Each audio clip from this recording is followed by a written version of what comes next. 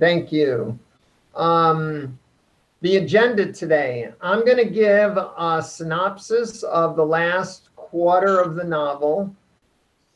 Then I will be inviting those participants who have read the novel for reflections, commentaries, and interpretations.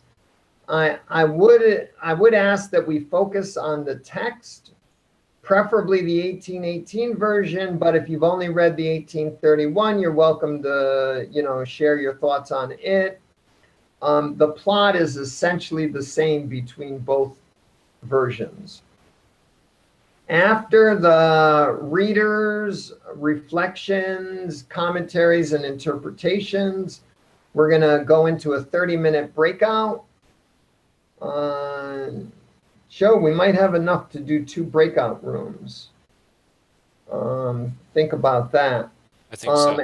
And then when we come back from the breakout, there will be a group Q&A. Okay, so my synopsis, this is too long, but I wanted to consider a lot of the pieces and see how everyone puts them together.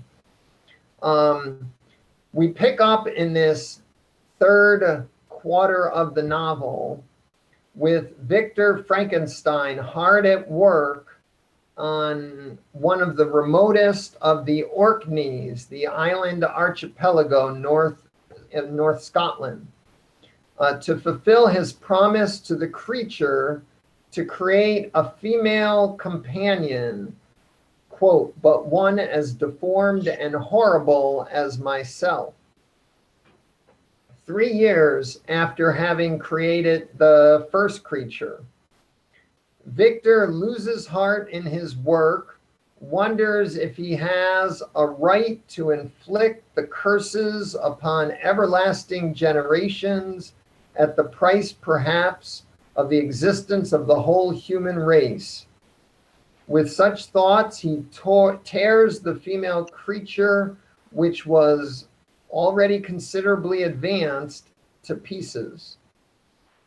We all get automatic, intrusive, negative thoughts, and we must strive to balance them with more complete assessments of future prospects.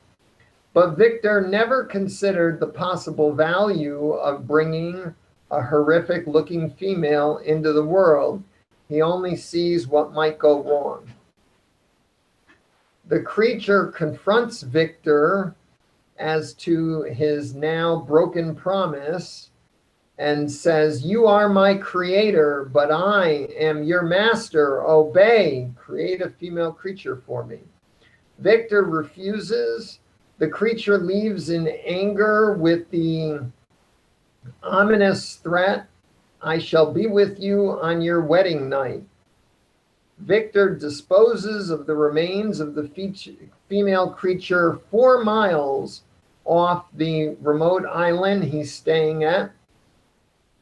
He says, "I almost felt as if I had mangled the living flesh of a human being." He falls asleep once that job is done on his little skiff. There's a rising northeast wind which blows him southwest towards Ireland. I calculate to that to be some 300 or 400 miles. He goes out in the skiff somewhere around 3 a.m. and arrives in Ireland late afternoon of the next day. The sun is getting ready to set.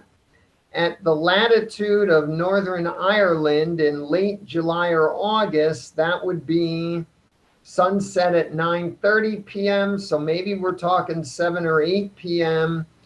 That's 4 a.m. to 8 p.m. is 16 hours or so. I calculate that means he was traveling at something like 22 miles an hour. That's plausible, a good stiff northeast wind. But it's the first part of the travelogue element in this novel that I have no interest in commemoratively retracing. We soon learn that the wind deposited Victor in exactly that Irish town where the night before the creature had murdered his good friend Henry Clerval. What Clerval is doing in Ireland when they had agreed to rendezvous in Perth, Scotland, the novel never addresses. How the creature so quickly found Clerval in another country where no one expected him, we are not told. But the townspeople suspect Victor of the murder and greet him unpleasantly. That is made clear. On seeing Clerval's lifeless body, Victor has yet another nervous breakdown. Has anyone been counting the number of his nervous breakdowns? He is nursed back to health by the magistrate, Mr. Kerwin, who invites Victor's father to travel from Geneva, and his father also helps in Victor's recovery. Despite Victor's continual self-recriminations that he is the murderer, his alibi holds up in court and he is released. A short, cursory travelogue takes place where Victor and his father travel back to Geneva via Dublin, Holyhead, Portsmouth, Havre, and back to Geneva. Despite the creature's threat, I will be with you on your wedding night, and despite having just destroyed the creature's hope of a female companion for himself, Victor's insensitivity and incompassion is astounding, but it's so veiled by his nervous breakdowns, self-recriminations, and misery, the reader might miss it. Nevertheless, Victor and his fiancée Elizabeth get married almost as soon as they return to Geneva. I don't understand why Elizabeth would agree so readily to such a quick marriage, given that Victor says, I only have one secret and promise I won't reveal it until after our wedding night. Oh, thank you. That's some secret that I won't share with my prospective wife until after the marriage is consummated. Makes me wonder. Victor mistakenly believes that the creature is going to kill him on his wedding night, but the reader has known for quite some time that the creature's planning to kill Elizabeth. The so-called acme of the story, the reader may disagree with Victor Frankenstein's designation of the acme of the story.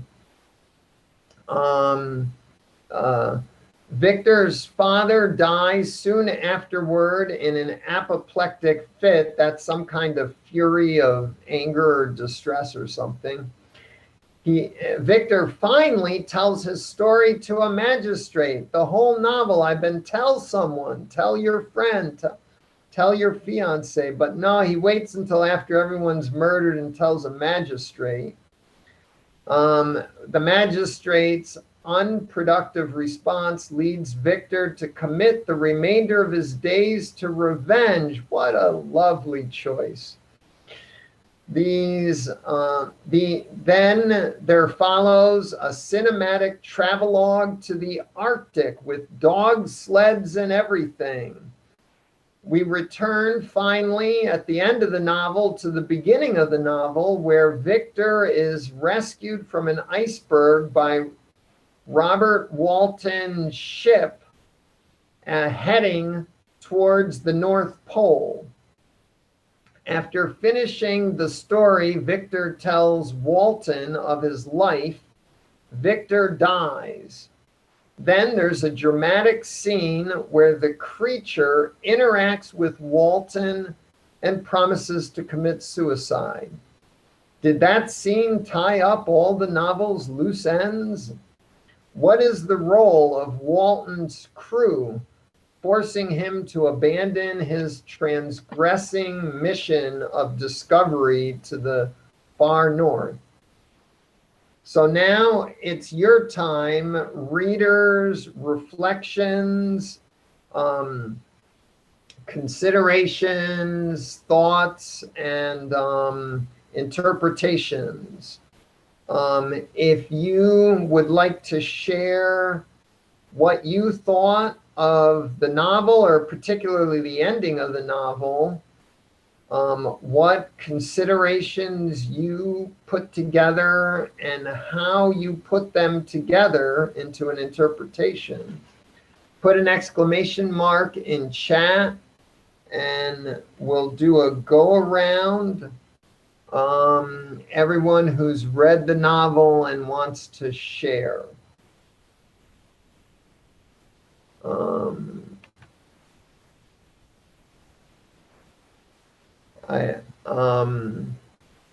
No one?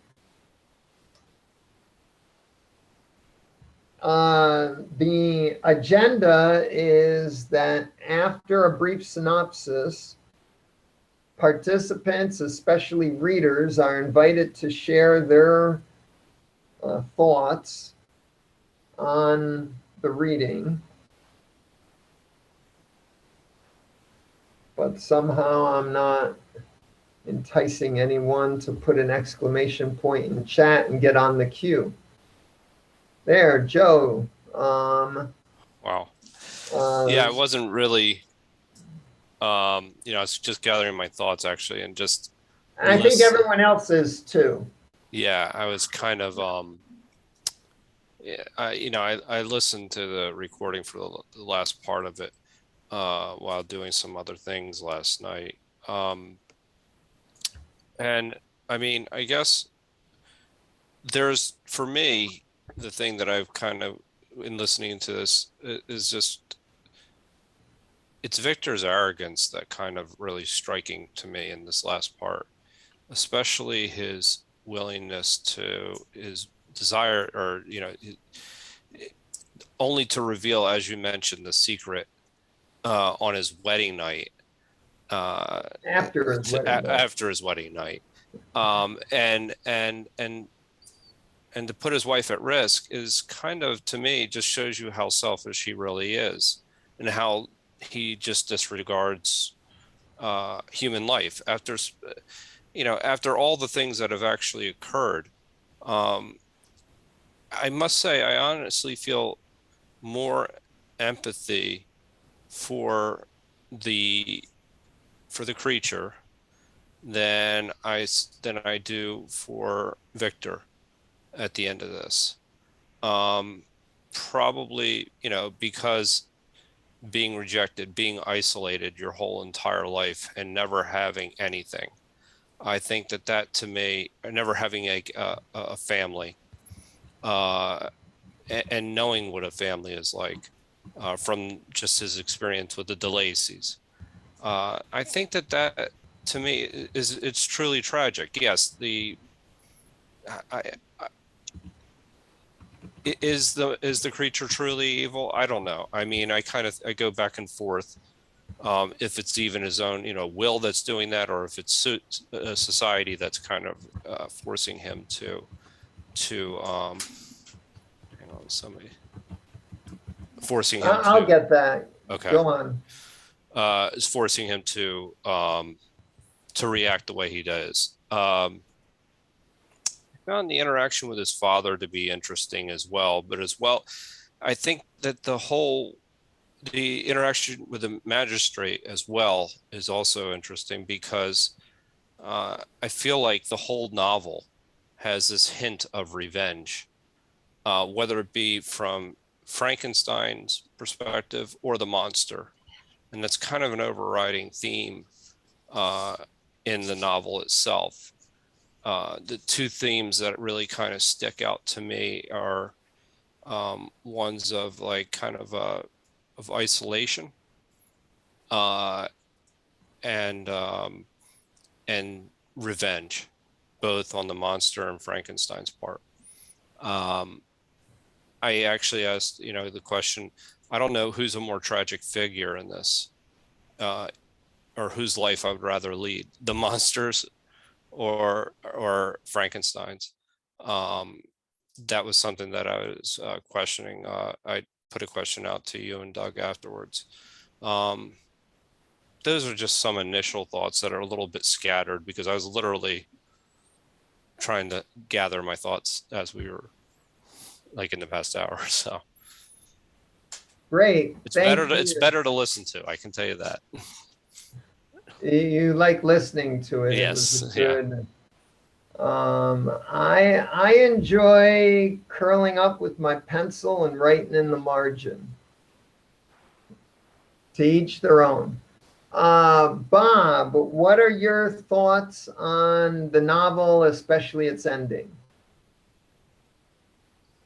I don't know. I read, I think I may have mentioned this once before. I read this when I was much younger, and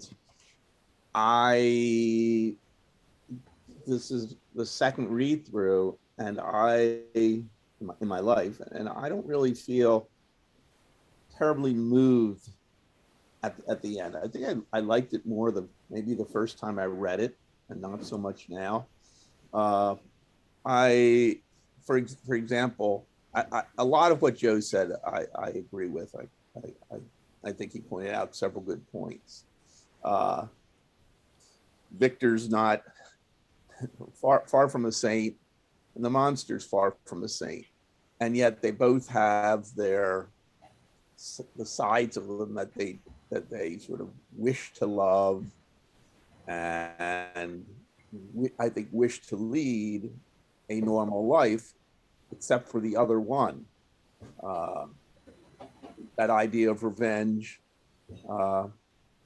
Victor seeks revenge against the creature. The creature seeks revenge against Victor. And one thing, how he missed what was going to happen on his wedding night after so many warnings is beyond me. And the moment he sends, I don't know whether he sends or she goes, his new wife Elizabeth goes up to the room. I've watched too many mystery movies to know you just don't send somebody alone when, especially in a dark place. You don't send somebody alone into another room if you have any concern whatsoever of other. And yet that's precisely what he does. The next scene was therefore the screaming, I think, in the other room. I didn't feel at all surprised. I guess that's one thing maybe about the novel itself. Even though it's a interesting story, and it's I'm sure for the time perhaps not a very common story. Everything that happened for the most part, I didn't feel surprised. Like Thurvell ending up dead, man, not shocked at all. And even more so again with Elizabeth, the fact that she was going to die next, it seemed to be planned from the beginning almost. It was, I guess, an interesting read, but not one that I would, if I was recommending different thrillers, it's not one that I would probably recommend in terms of its overall impact to myself. That's it. I wonder if the fact that you and I were able to see some of these things coming ahead was because of the very strong foreshadowing that Shelley puts in there. I mean, a chapter or two before Clerval is murdered, we have a eulogy to Clerval, and Victor breaks down crying about eulogizing Clerval. He's not even dead yet. But we, the reader who reads this eulogy, oh, well, now we know what's going to happen to Clerval. And then the way the foreshadowing is done with Elizabeth's murder, we, the reader, know what's going to happen, but Victor claims to be ignorant. Mary Shelley didn't want us to be too surprised, is my interpretation. Also, I think she was writing for an audience in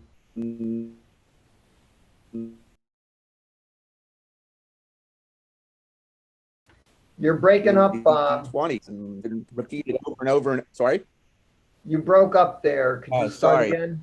Start again. This story was new in 1820, and my guess is perhaps nobody necessarily knew ahead of time, or maybe some did, but that a majority didn't know ahead of time of what was going to happen. They didn't have anything to compare it against. We have thousands of books, and then also the other media, especially movies, television shows, and such.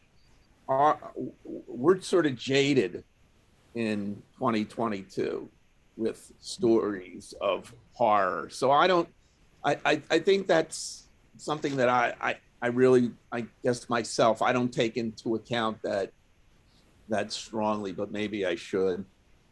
Maybe you're right. Maybe this novel introduced or built on some classic techniques of horror story foreshadowing that have become so cliche that it's hard for a modern reader to read it in a shocking way. But maybe it was shocking in its time. I don't know the history of the reader's reactions, but that's interesting to think about. Madeline, your thoughts on the novel and especially its ending? Yes, can you hear me all right? Yes. Good. Let's see. Well, the foreshadowing, there had been a part in the earlier chapters during one of Victor's other breakdowns where he had a vision or a dream of Elizabeth and her head, she was dead and her head was crawling with worms. So there was some foreshadowing in there, but it was a long time ago. But the author did set it up. You're right. I agree, CJ. So I was looking at a few different things. One is the episode in Ireland where he's in prison, and how much class issues are still playing into the book, and especially in terms of justice. And I think that I'm not even sure that Mary Shelley is really critiquing that. Or certainly Victor isn't. He speaks of the nurse. He says, her countenance expressed all those bad qualities which often characterize that class. The lines of her face were hard and rude, like that of persons accustomed to see without sympathizing in sights of misery. Then, oh, here we are. Something really, and so Kerwin wrote to the father. Okay, so here we are. I finally felt, because Victor is still continuing on his ways. He's lying to everyone. He's lied to Clerval. He's lying to his father. He's lying to everyone. And he's full of self-pity all the time. But suddenly I did feel sorry for him because he says, his father comes, he's overjoyed, enraptured. I did not participate in these feelings, for to me the walls of a dungeon or a palace were alike hateful. The cup of life was poisoned forever, and although the sun shone upon me, as upon the happy and gay of heart, I saw nothing around me. Oh, I saw around me nothing but a dense and frightful darkness, penetrated by no light but the glimmer of two eyes that glared upon me. And suddenly I realized that what is going on for him is he's being terrorized. He's being stalked, he's being terrorized, and he's being abused, and he's keeping the abuse a secret. And so even if the monster died that instant, the world would never feel safe to him again. He would always see those two eyes. He would always carry this with him. So then I did feel quite sorry for him, finally, because he is the victim of basically a campaign of being terrorized. Then I thought another interesting thing was that we do finally, okay, here's the part where he's telling Elizabeth, oh, wait a second. Well, anyway, there's the part where he's telling Elizabeth, I have a terrible secret, I'll tell you after we're married.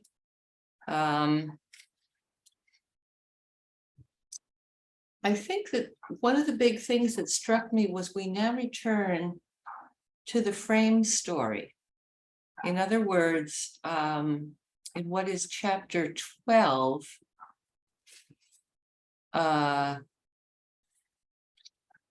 so basically it's a reminder at the end that we have been reading over Walton's sister's shoulder the entire time. Usually in epistolary novels, there will be something like, I found these letters in an old trunk, or my friend who was the sister of Robert Walton showed me these letters and I published them here or something. So she didn't do that. But nonetheless, at the end, we return to this over-the-shoulder reading with different dates as the ship travels on. I find the ending heartbreaking. I read this in college. I read it again about 20 years ago. I was going to reread it a few years ago. I thought, I can't bear it. You know, that poor creature going off on the sledge.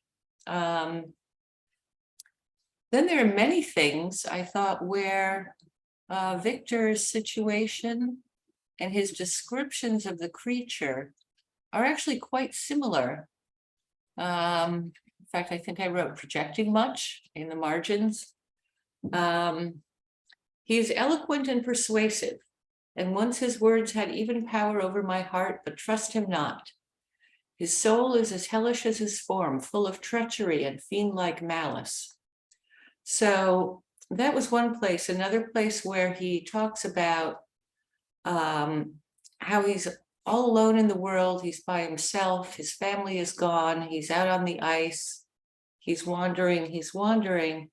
That is the situation that his creature has been in the entire time. And I think it's been well set up for us to see all that, even though he doesn't.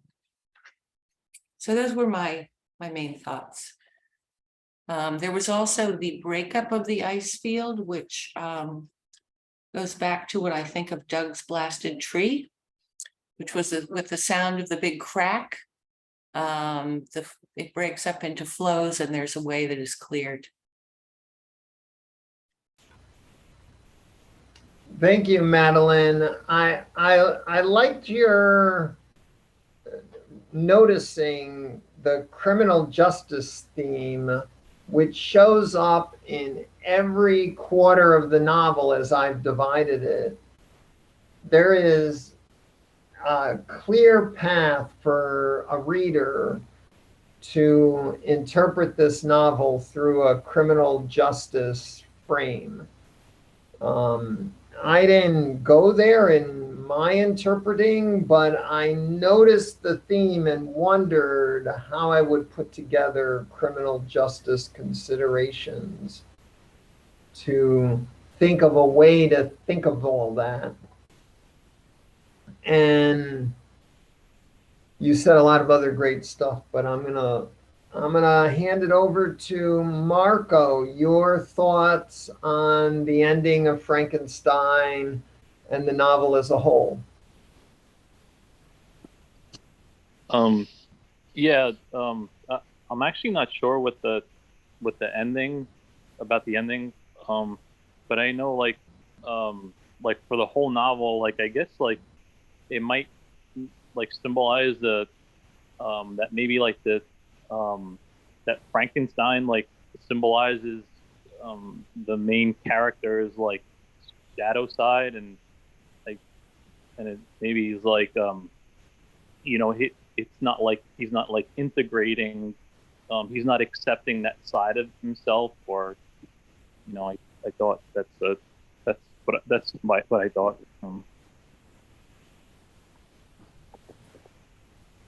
Okay, thank you, Marco. Doug, what are your thoughts? Well, they're kind of random right now because I'm sort of in the middle of the very last chapter, but I've read it before. But the things that strike me are clearly that he destroys the companion that he's making before he's finished it, which I had remembered that scene differently. But and there is that play production that the National Theatre did with Benedict Cumberbatch, which is really interesting, and another great actor playing. They would rotate the roles of monster and creator and creature, night to night. And so that's sort of in my head, the ending, but it's very, what's striking is that he destroys the companion who's going to be the beloved of the creature. And then he's sort of so blind to the fact that the creature will destroy his beloved that seems to me very conscious on Mary Shelley's part, that he can't really acknowledge what he's done to the creature. I mean, whether that's intentional or not, it's a really powerful thing that he is, and he assumes that the creature will kill him, almost like a narcissistic kind of thing. Oh, I'm the target, when it's obvious, given who he destroyed, that the creature will kill his wife. And that's why he's waiting for the wedding night. I mean, he could kill him at any point, but it's so there's a very strange performative aspect to this, that the monster is waiting for the wedding night. If he kills him, then it's like to horrify the wife, but his target clearly is the wife, and it's always his family that he goes after in one form or another. And so there's a certain point where it seems like some writers anticipate where the late 19th century, 20th century psychologists went. And he seems to be very much a presence emerging from the subconscious, unconscious, or the shadow figure in Jungian terms or in Freudian terms, the kind of uncontrolled id. They could go in any number of directions. It could be benevolent, or it could be, but it's funny that Mary Shelley kind of anticipates that. This shadow figure, like a doppelganger that's chasing Frankenstein. The other interesting thing to me is the justice scenes. You're right. There's the Maxine court scene. Then there's the one where he's falsely accused of killing his best friend, and then and then he is going to a judge to hear his story, and the judge believes it but immediately disbelieves it. I mean, that the mind flips. He kind of, when he's hearing the story, seems to believe it, and then he doesn't. It's the result of a fever dream. So it's this idea that there are, I think, the early romantics, and I think, I don't like to go to the biography, but Mary Shelley's father did, I think, write some of the earliest Gothic novels, but he also questioned the justice system. So I think she's probably conscious of what she's doing with the justice system. But dealing with the book itself, it is so recurrent. She's clearly, I think, critiquing the justice system. And even the creator's judgment of his creature, which is also God's judgment of us. I think all of that is sort of up for grabs. So I'll leave it there for now, but this chase through the cold and where it's ice and it's hard and it's soft and he can hear the sea underneath, and then it's frozen and he feels safer when it's frozen. because he can get to the creature. This relentless sort of chasing across the ice, and then the disruption, the cracking of that ice. I mean, that's interesting that Madeline compares that to the tree. That's true. That is kind of natural force. And I think the elements of earth, air, water, fire, which are also kind of the early elements of alchemy, are kind of part of this. I mean, the earth does certain things in this.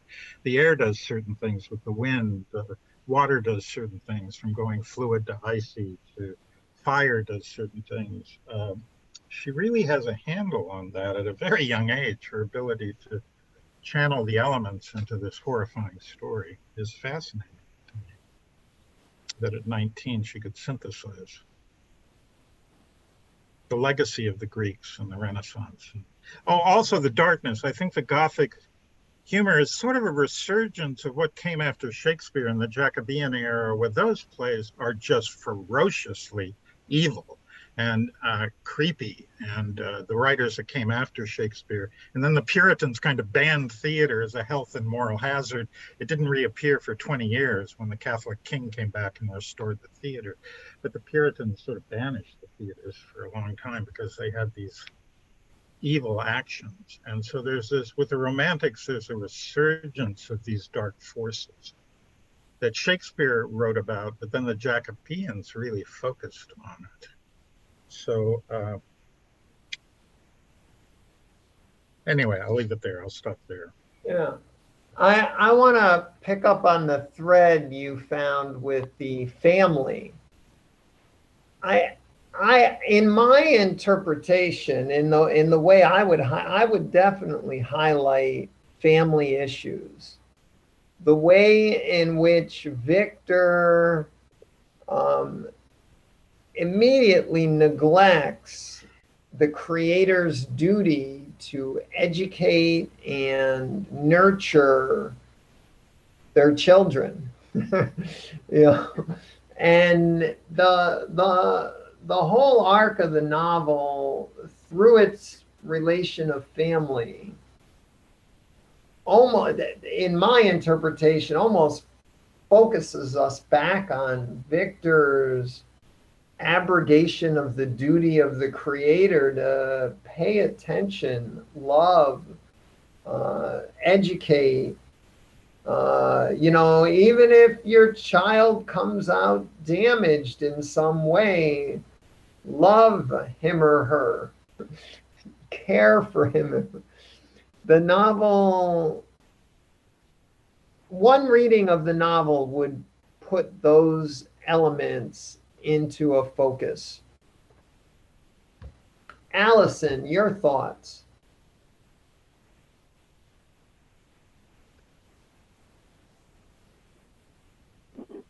Okay, can you hear me? I'm driving. Yeah. Valley Forge right now. What I thought about was, it reminded me so much of The Old Man and the Sea, because I feel like in both books, the characters really battling themselves. It seems like Frankenstein seems like he's battling the creature, but he's not. He's battling himself. And he, I think, at the end, this obsession that he has with him is really because he feels tremendous guilt at what he did, because he easily could have made this other creature he feels guilty that he created Frankenstein and what Frankenstein did. And then, he's at this point where he's going to go home and get married and have his partner.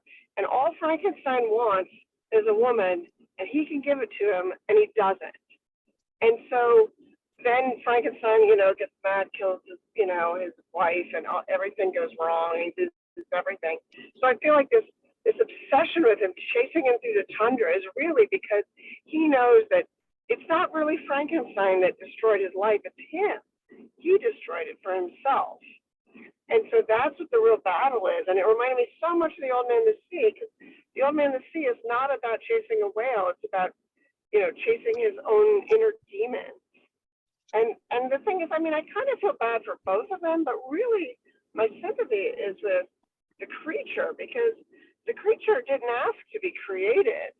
He just was created and then just wanted a nice life. And, Frankenstein deprived him of that. And the world deprived him, because they they had to shun him because he was different. So I feel so bad for the creature, but not that much for Frankenstein. I mean, a little bit, but it's like he did it to himself, really. I don't know, that was kind of my major thoughts with it, really. Thank you, Allison. I like that. So we're gonna go into a breakout in a minute, but I'm wondering, maybe to give you all something to think about in the breakout, I'm gonna walk through one of my interpretations. There are so many interpretations for this novel. There's no one way to interpret it.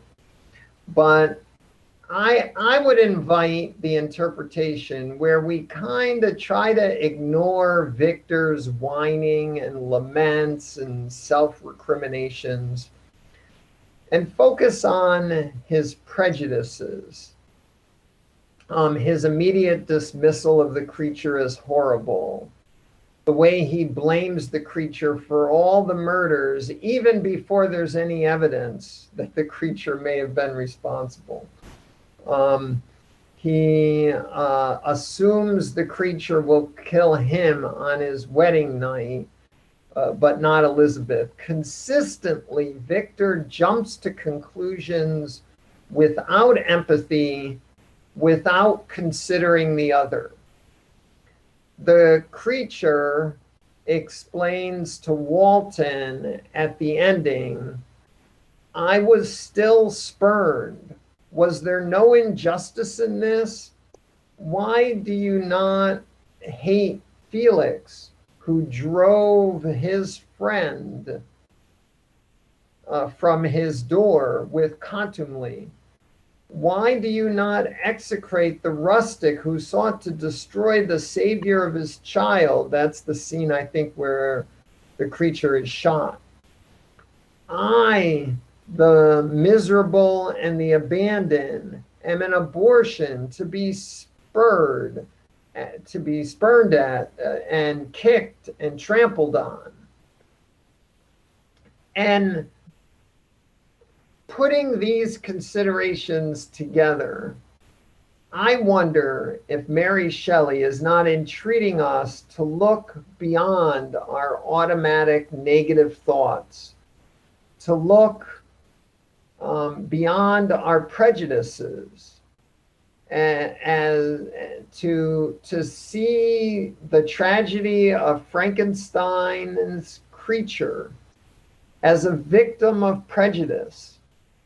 Maybe Shelley is entreating us to connect even with giants whose looks are horrific, to find the other who deserves our company and our sympathy.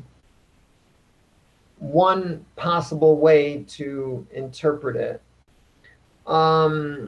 Last call, anyone? Exclamation point if you have readers' reflections. With 12 people, Joe, I'm thinking of 2 breakout groups. How do I create a breakout? I've only created a breakout room once. I can do it. You can do it? Yeah. Doug, you want to add something? Well, I just had one thing to add to summarize the family thing. It's clear in the way the novel's written that Frankenstein had everything from his parents, and he gives absolutely nothing to his creature. Right. But loathing and fear and desertion and abandonment. And that's one of the most interesting contrasts in the novel, which, well, we'll get into that when we read the second novel later. But that's a very interesting point. Joe, you had something to add? You can let Madeline go first. Oh, I see Madeline. I didn't see Madeline. Go ahead, Madeline. Thank you, Joe. Yeah, I like the way you brought up the family theme, CJ. The author is Doug did. Doug, okay. Is very skilled at intertwining these different themes and making different scenes carry more than one theme at a time. I think it's very well done. I was just going to say that I found the creature's speech over Victor's deathbed was just heartrending. And I would love it if we discussed that either in a breakout room or afterwards, because it was so, so sad. And it really, in some way, it's kind of the climax of the book. Yeah, that's the acme, not Elizabeth's murder. Yeah.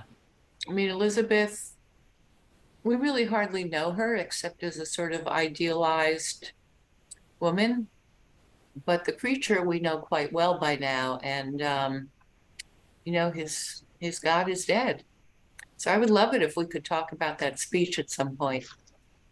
Well, certainly everyone's welcome to discuss it in breakout, and in the Q&A at the end, I added a note to ask what people think of it. So, Joe, go ahead. Yeah, that actually would be a very good discussion. I mean, as I think that would be a very interesting point. I just wanted to add really quickly, it is interesting. One of the things, well, kind of with having read and listened to a little bit in tandem, listening to the end of it, or not the end of it, but part of where Victor is actually being investigated for the murder, but he has this, I get the same criminal justice feeling that actually was brought up by Madeline and I think Doug. He has no, he's assured, he feels assured that he's going to be acquitted, and he has no fear whatsoever. And the only reason I bring that up is, you know, just because I mean it is striking to seem that anyway. I'll just leave it at that. Actually, that was listening to that was kind of, I thought to myself, maybe I felt like I disliked Frankenstein even more at that particular moment in time, because I felt like he was so arrogant in the way he was just behaving. It was just, anyway, that's just a thought. No, I think the criminal justice theme is very important to this novel, and I didn't spend a lot of time trying to put together that interpretation, but I'm sure someone's written a book about it. Madeline, you had something to add? Well, if they haven't written a book, CJ, I think you've got a project ahead of you. I was just going to compare something that Doug had put in chat about the genius loci, the spirit of the place. And it brought back to me my thoughts when we were reading Demons, the Dostoevsky, how very little there was of the natural world in that book. I mean, just almost nothing compared with this. There were some rainstorms and mud, there might be some blooming trees, but they were really just there to set the scene. All of the activity was between human beings. And he wrote that a bit later than this. So anyway, I just thought I would bring that up because it was quite striking in Demons, as the opposite is quite striking here. Oh, okay. Joe, could you set up the breakout rooms? We're going to do 2 breakout rooms. Joe, you're going to lead one and I'll lead the other.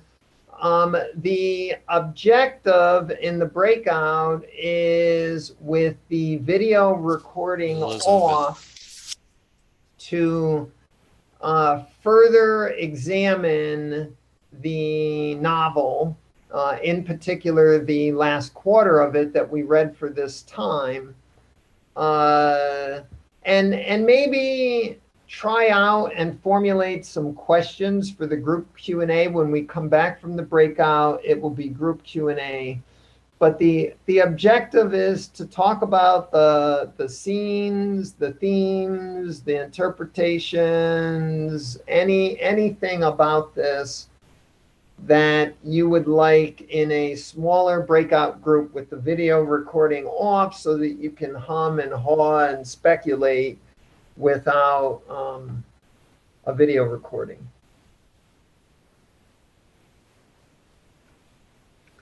Joe? Yep, I'll do it right now. Creating. Thank you.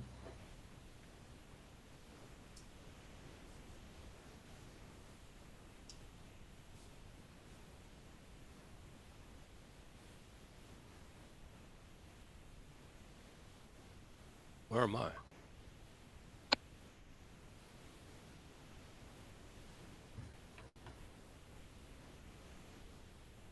Hold B.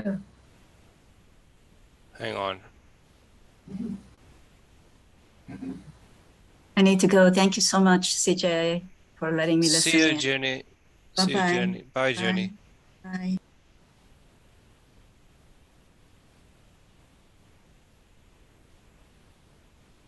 What? This is odd. So it's you, Mike, and I. Mike, you should be in room 1. There's only one breakout room? What happened? Wait a minute. Are you getting us? There's 2 breakouts. There's one with, I guess since we're both co-hosts, I don't know why, Mike, you're not being assigned. Do you want to join room 2? And I'll join room 1. Okay, I'll join room 2. Can you do that? Only Marco's there. Is that but I only? can- Meeting is being recorded.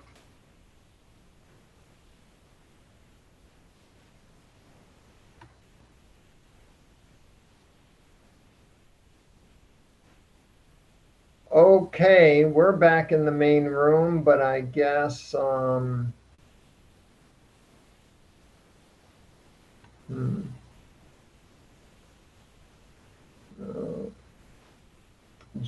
Joe's group will join us in a moment. Let's start organizing questions. Maybe it'll take you a few minutes to formulate some questions. I have a couple. There's Allison. Okay.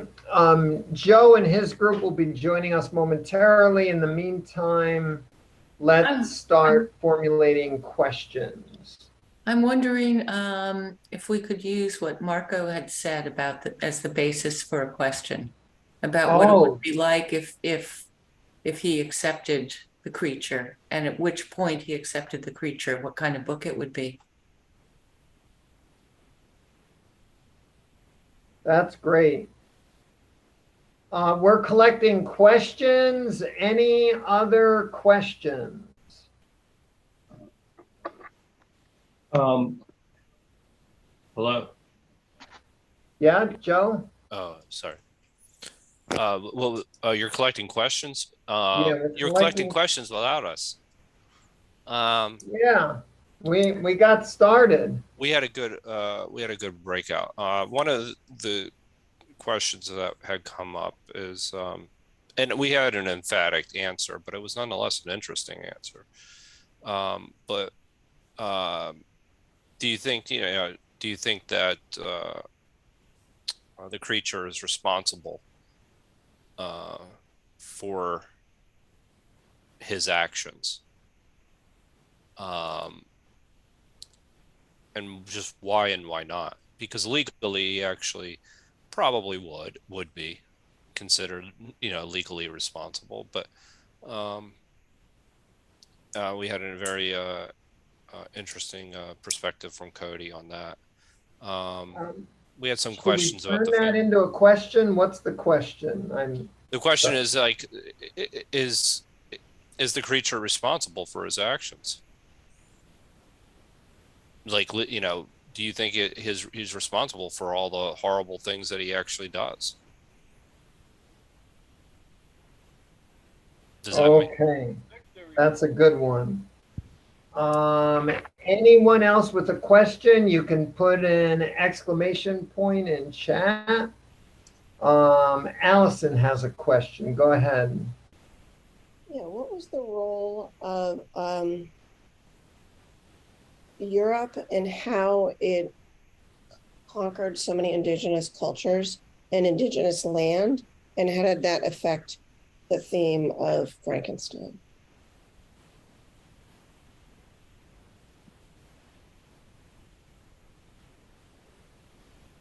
What was the role of Europe's imperialism in the novel?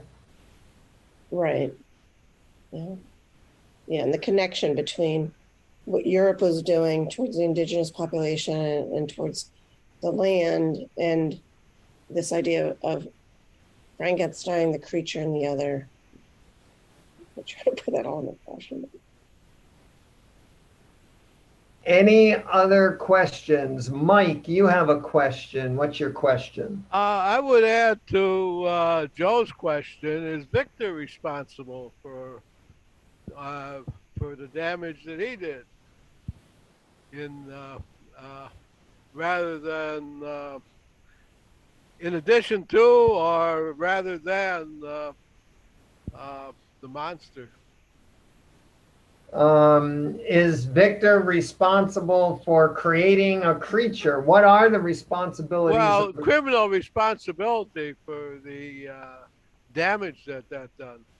Yeah, if you create a machine and it goes off and murders 4 people, you're responsible. But if you create a new life, are you, the creator, responsible?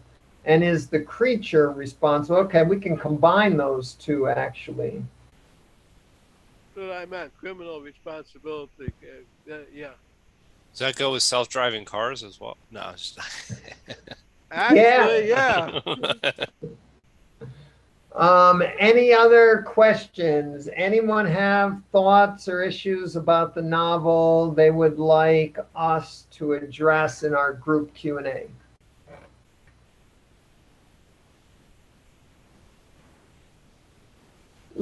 Let's get started. Maybe looking at the responsibility. I had one, but I was muted. I'm sorry. I mean, we might touch again on the travelogue aspect, because it seems like the travel gets on steroids in this last section. I mean, it just goes ballistic. So we might touch on the travelogue aspect again. What is the role of the travelogue in this last section? Which may touch on the colonial aspects of the script, or the colonialism and the mastery of world geography. I don't know. Let's start with the responsibility. Bob has a question. Bob, go ahead. Thanks, Joe. All right, thanks, Joe. I don't know. Does anybody know whether Mary Shelley was religious? At that time, well, okay, was Mary Shelley religious? No. Was Mary Shelley religious? Okay. I'm sorry, I didn't mean that as the question. I just meant as a question, because my follow-up was she possibly blaming God for his creations and all that God's creations do? In other words, is God responsible for human behavior? And my curious point was whether she's herself was a religious individual. Is the novel blaming God? Would that characterize your question? Yes. Was the novel blaming God in some way? Okay. Any other questions? Let's start with the responsibility question, combining the two. Is the creature responsible for his actions, and is Victor responsible for his actions and or the creature's actions as his creator? Victor recriminates himself repeatedly. I am the murderer, as if he's responsible for everything his creature does. Who would put an exclam in chat if you would like to address the issues of responsibility in the novel?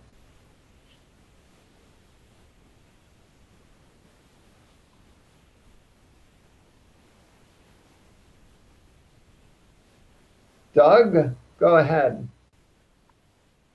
Well, I think the creator, Frankenstein, is completely responsible for almost everything that happens, but he doesn't really take responsibility. And I think the creature may not be responsible, but he aggressively takes responsibility and says, I'm doing this, and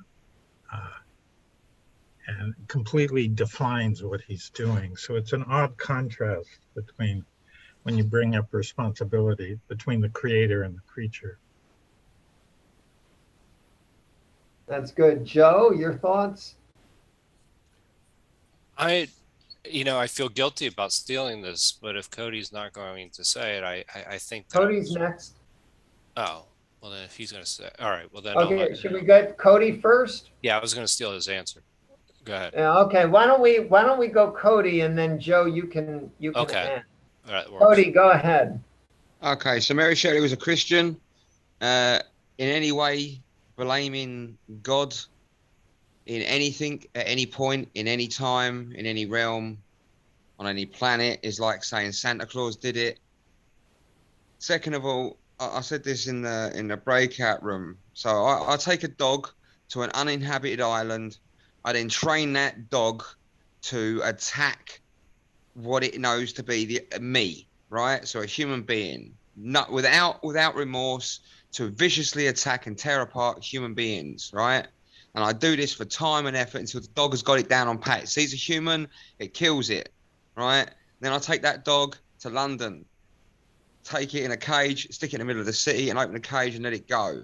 Now, they're going to put the dog down for certain, right? Because the dog is a wild animal, and they're definitely going to there's definitely going to be like justice seen upon the dog. But in the eyes of the law, I'm responsible. I'm going to be taken and put in prison or hung or some shit, right? It's that simple. If I raise a child to be a racist and the child grows up to be a racist, yes, the child is going to get blamed for its actions once it reaches 18, but still, the parent is going to be condemned for the child's actions. So you're talking about a living being, right? Now, okay, if you're raised from birth to understand, to talk, to interact with society, you go to school for this very reason. You go to college for this very reason. You go to university for this very reason, because it teaches you to wear a suit and a tie and shut your face when you need to be listening and stand up straight when you need to stand up. This is like how businesses work. This is how the planet works, where you've put partial memory, partial physical activity, partial cognitive functions, and you put it in the body of this man or thing, because it ain't a man until it understood what it was. So until that point, it is an animal, nothing but animal instincts, fight or flight. And it did try to fucking run. Remember that? Like, it ran before it killed, right? So big fucking detail there. It didn't just lash out. Its first thought was to run, fight or flight. When it was cornered, or when it felt like emotion overload, then it lashed out in the only possible way it had. So is it responsible? Is a cat responsible for scratching you? If you go and touch a cat, the cat did not say, come over here and pet me. No, you decided of your own accord to go over to the cat, pet the cat. The cat didn't like you, scratched you. Are you going to blame the cat or the owner? Did the owner or the cat tell you to stroke it? No. Is the monster responsible for its natural instincts to defend itself? Absolutely goddamn not. And let's not bring God into a civilized conversation, shall we? Okay, Cody. Joe, do you want to add to that? Well, I'll just add one thing. Is this? It's one of the themes throughout the book is this idea of isolation, and Frankenstein's isolated from society because and ostracized because of the way he looks. And so that, again, he's kind of an outcast in society, And then what happens? Then he starts to see the things that he was missing, you know, whether it be family, love, and all these other, human qualities that we tend to cherish so much. So then he tends to say, "Whoa, I was screwed," and he acts out. And I think that he is not responsible. I think it's ultimately Frankenstein that is responsible. But there are portions of the book where he seems to relish in with the idea of revenge, that he enjoys it, that he thinks it's going to bring him some kind of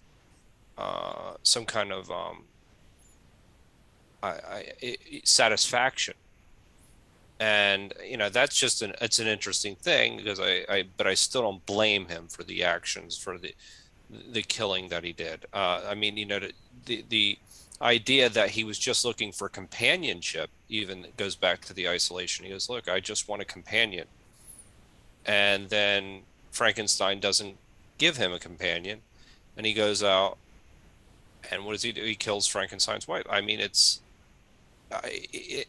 surely a reaction to the painful existence that he's had to endure throughout the novel. So I thought that I agree with what Cody said for the most part. I just listening to you talk, obviously my brain's going at 52 to the dozen, and I think there is we have to remember the wife, right? We have to remember the wife, and we have to remember the point of when that happened, and in the monster's intelligence. So yes, he is responsible for that murder. He understood what he was doing. It wasn't out of defense. It wasn't out of fear, right? He took it upon himself to do it of his own actions, to create that longing that he felt in somebody else. So he is responsible for that murder. That's actually, that's interesting. That is murder, right? When it's in a defensive manner or out of fear, you could, partial. You could say temporary insanity for a lot of it, nearly all of it. But that was cold-blooded, intentional murder. And Clerval as well. Yeah. Yes. Well, but it's interesting though. Going back to the question, is Frankenstein responsible for all this? I'll tell you on after our wedding night about The Secret. Well, she's at risk. I mean, I think Frankenstein is responsible for all of these murders, to be quite honest. So but in court of law, what my point was trying to be is that in a court I agree. of law, No, I agree with you. The monster should only stand trial for those two murders. Those are the ones he actually committed out of want or malice. So the rest of it would have been natural instinct or self-defense or fear. Yeah, he could form intent, more or less. It was almost premeditated. Well, William, I can agree with you on William, but what about Justine?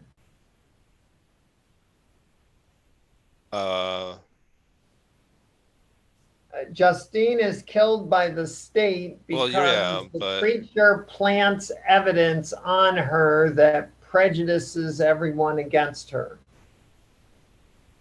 Is that? Well, I guess that's a good point. I don't know if he knows. I don't even. It's simple. Yeah, he is. He knew what he was doing. His intelligence was great enough to understand that what he was doing, he premeditated. The guy's right. It goes in the same list. It's premeditated, it understood, and set out and did on it of his own accord, knowing the repercussions. So yeah, the guy's right. We can't put the what's his face and the bride in there and not put that dude in there. He's absolutely right. Yeah. But William, he didn't try to kill the kid starts screaming, "My dad's a magistrate or a syndic and Dr. Frankenstein," and then the creature wants to shut him up and squeezes too hard. It was an accident. Mhm. Maybe. I mean, No, that of no. course, He can might be clearly, a he can clearly use, yeah, but the guy's got extreme motor functions at this point. He knows one degree between crushing a man's throat and not. So he chose to crush him. Choice. Allison, what are your thoughts? This reminds me a lot of that old folk song, The Cat's in the Cradle. But like this father who doesn't have time for his son, and then the son grows up, and then the dad tries to reach out to him, and he won't have time for his father. It's kind of a similar idea because, Frankenstein creates him, and then he just abandons him. He wants nothing to do with him, and then he wonders why he just goes, wild. And one thing that we were talking about in our breakout room is that I think it's really ironic that Frankenstein does everything he can to avoid getting married. He just keeps, oh, well, I have to go do this, I have to do that. One more thing. He's like sowing his oats, and I'm going to go to England, but I'm going to take my dear sweet time. And then Frank, the creature, the only thing he really wants is a woman. He wants companionship. And then Frankenstein, who's taken it for granted that his whole life he's had this person there for him, waiting for him when he's ready. He just, deprives him of this. And so it's so interesting, like the battle between the desire for freedom and the desire for the comforts of family life. And I really think it's kind of symbolic of Mary Shelley's husband. And, he cheats on his wife with a woman, with Mary Shelley and her sister, gets her pregnant, then his wife commits suicide, so clearly her husband had all kinds of conflicted emotions about all of it. So I feel like she's taking all of that and putting that into Frankenstein. And then, when you look at who the creature kills, he doesn't just indiscriminately kill. He figures that if he doesn't have companionship, neither should Frankenstein. So he goes after his best friend and his wife. Very, and the thing is, Frankenstein was building this creature for the creature. Here's your woman, and then he tears it all apart. So he feels like, you just killed my wife, so I'm killing yours. And I mean, is it right? No, but I think anytime you have somebody who maybe becomes a murderer or something, if you look at their family life and you look at, you can follow the lineage, that you can usually see that the parents excuse me, did this wrong, and then, and yes, the person still should go to trial and be held responsible for their actions, but their actions would not have been those actions if their parents had not committed actions to them. But you can't necessarily hold a parent, if somebody's over 18, you're not going to put them in jail because their child committed murder. But are they kind of responsible? Yeah, they kind of are. They are. I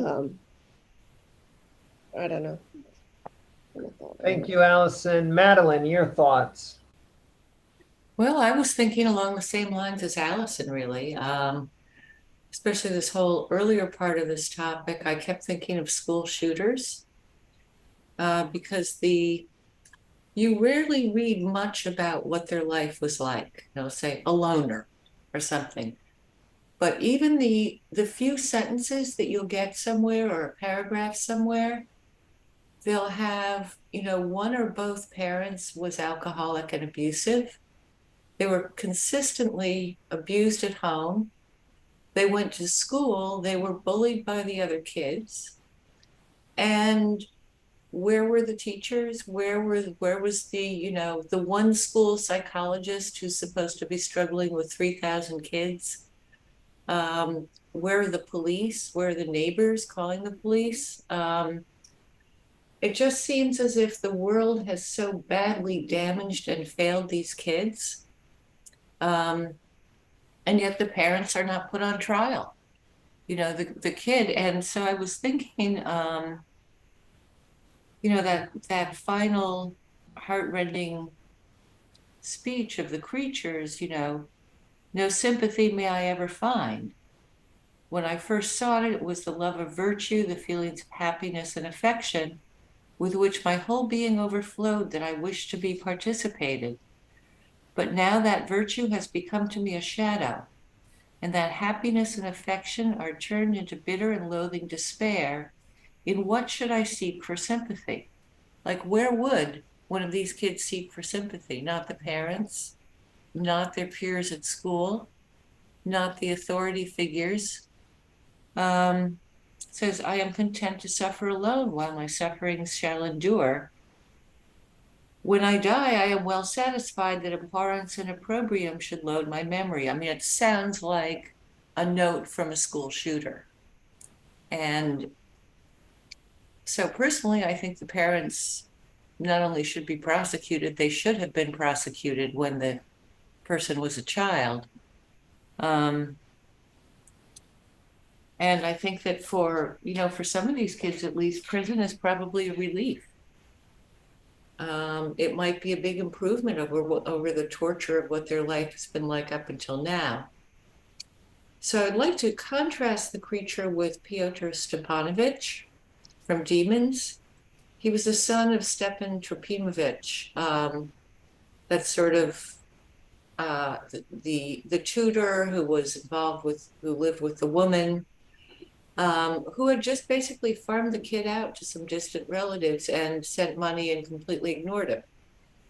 And so we don't hear anything else about Pyotr Stepanovich's background, just that the father was never there, and so he has decided to come and make his life a living hell, basically, by getting revenge on him and mixing everything up. So there we don't even have any firmer motive except that, my father neglected me.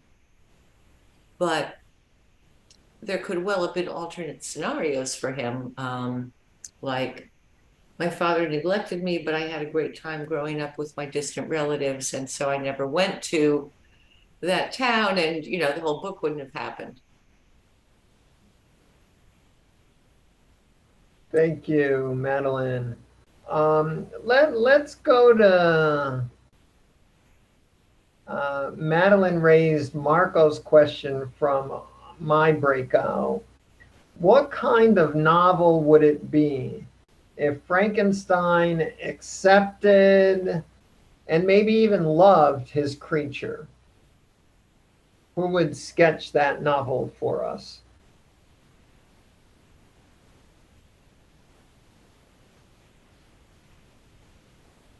Would it be a novel? Would it be a comedy? Would it be a tragedy? Joe, you think you can write that novel? No, I thought you were going to write it. But what would it look like? What would it look like? I think that there would still be a problem. It's like a parent that loves a child where the child just isn't accepted by society. And that child is actually going to have some reactions. Now, whether the anger would have been directed at Frankenstein any longer, the child would have probably just had the creature would probably just have such a strong affinity for Frankenstein that he would always be around, and he would have a complete reliance on Frankenstein for all interaction. However, you would see someone that is just totally rejected by society, and it's hard to, the way it would, you could probably, I'm trying to think of a novel, because this can't be the first type of novel like this, where, let me actually give you a real world example. I have a friend who was disabled, who had been rejected by most of society. And he lost the only person that did love him, which was his mother. And he had been ostracized for the most part. And his reaction was one of anger many times. Now, if you're also an 8-foot creature, you may use that anger in different ways, and probably to in a violent way. But the individual I know that he was a very angry guy, and there was goodness inside him, but it was hard to see it. I think that he would just be. I think the idea of isolation would still be there. I think that the idea of anger would still be there. I think the idea of maybe his even acting out violently would still be there. It would be a tragedy, just like it is now. Anyway, that's the novel. You can fill in the blanks. Anyone else want to take a shot at what kind of novel would it be if Victor had accepted and loved his creature? Madeline? Yes, certainly. Well, so what would it be like if he had embraced his shadow side? And at what point?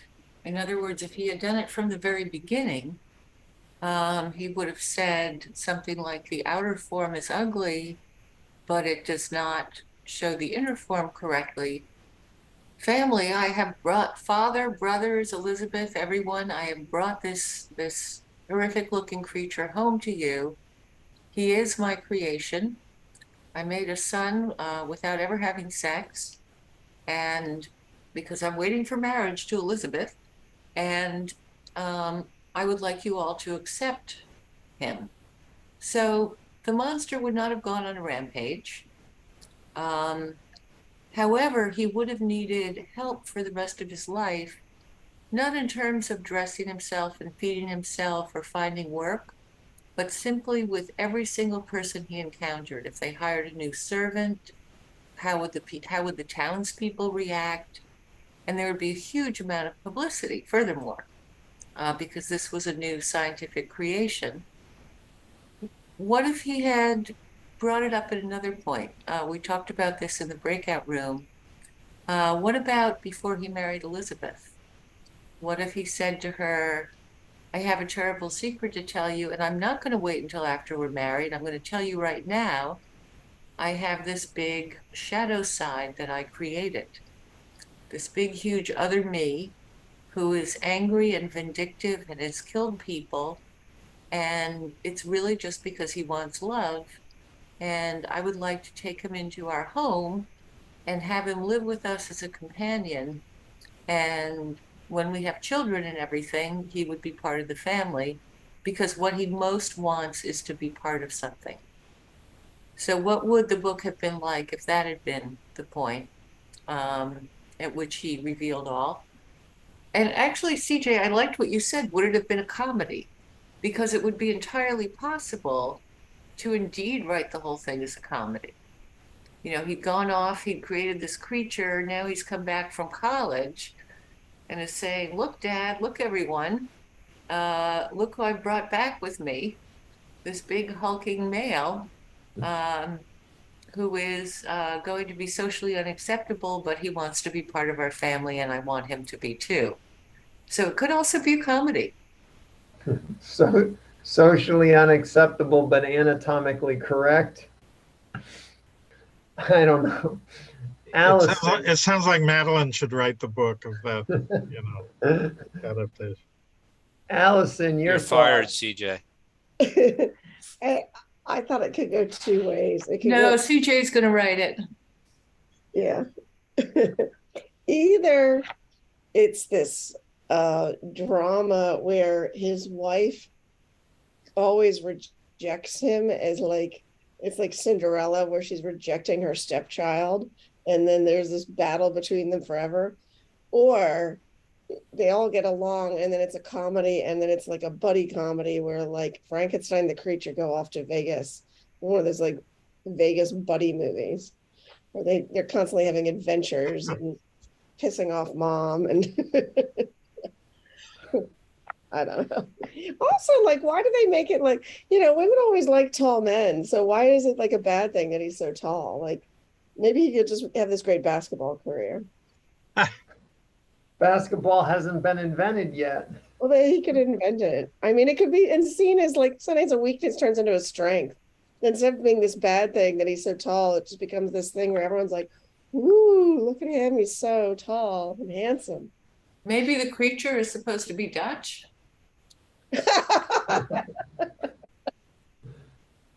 Mike, They're tall up there. I will say they are. Mike, what are your thoughts? That comedy reminds me that you were talking about reminds me of the story of the Addams Family. Yeah, And there you go. so that's what happened. Now the material about criminal responsibility reminds me of what's going on right now with in of all places Philadelphia with the George Soros inspired district attorneys that go back to George Soros, Habermas, the neo-Marxist, and how who's responsible. That after all, these people, the Victor, the monster, had a bad childhood, and and they're ostracized because they're different. And that's one of the big things that's going on in criminal justice right now, and will be a subject of the November election. Now, taking that two steps further, Mary Shelley had a bad childhood, and somebody asked whether she was religious. And the answer is her poetry, her mother's poetry, her father's poetry, her boyfriend's poetry, all of them were criminally prosecuted by the church. That took a bad thing. So they had a bad childhood, and that makes a big difference to the court system.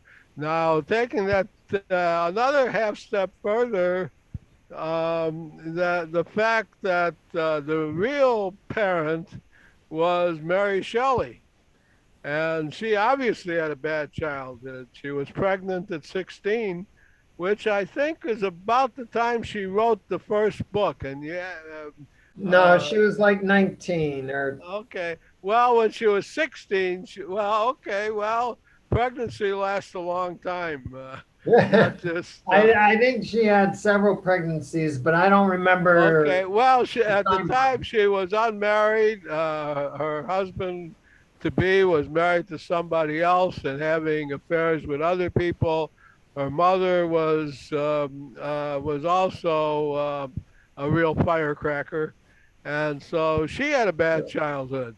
Now, her mother died within a couple of weeks, I think, of Mary Shelley's birth, and Mary Shelley's birth killed her mother, perhaps. What a torch to bear. Now, you also ask, what's the difference between the 18.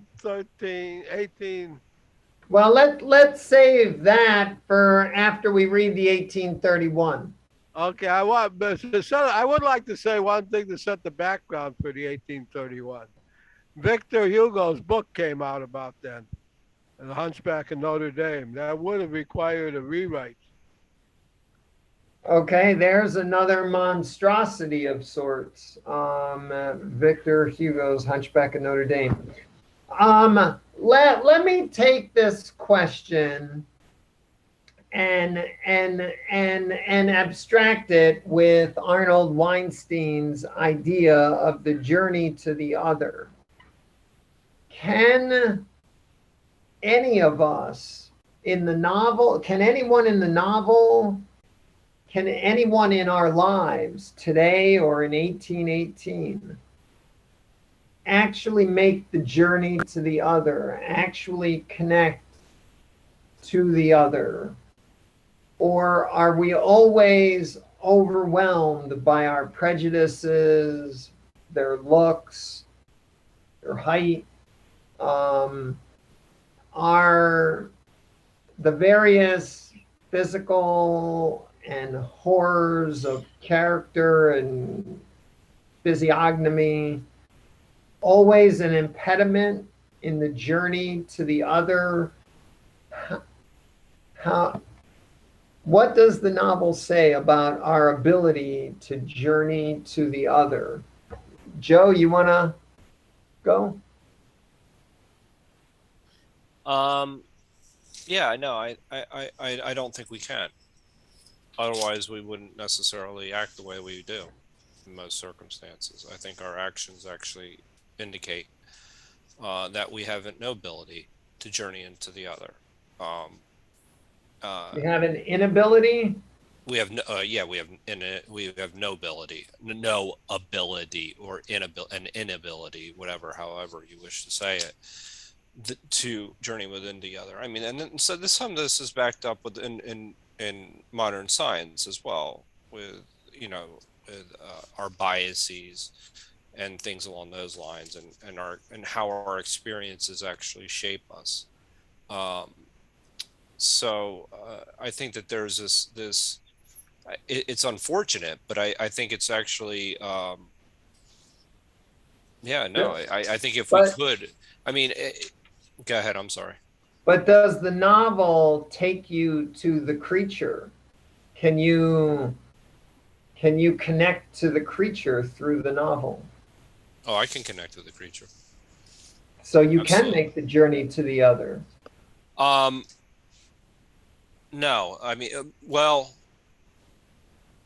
I'm conflicted still about the creature. I mean, as we've had this discussion, even some of Cody's comments and like what he's responsible for and what he's not responsible for, and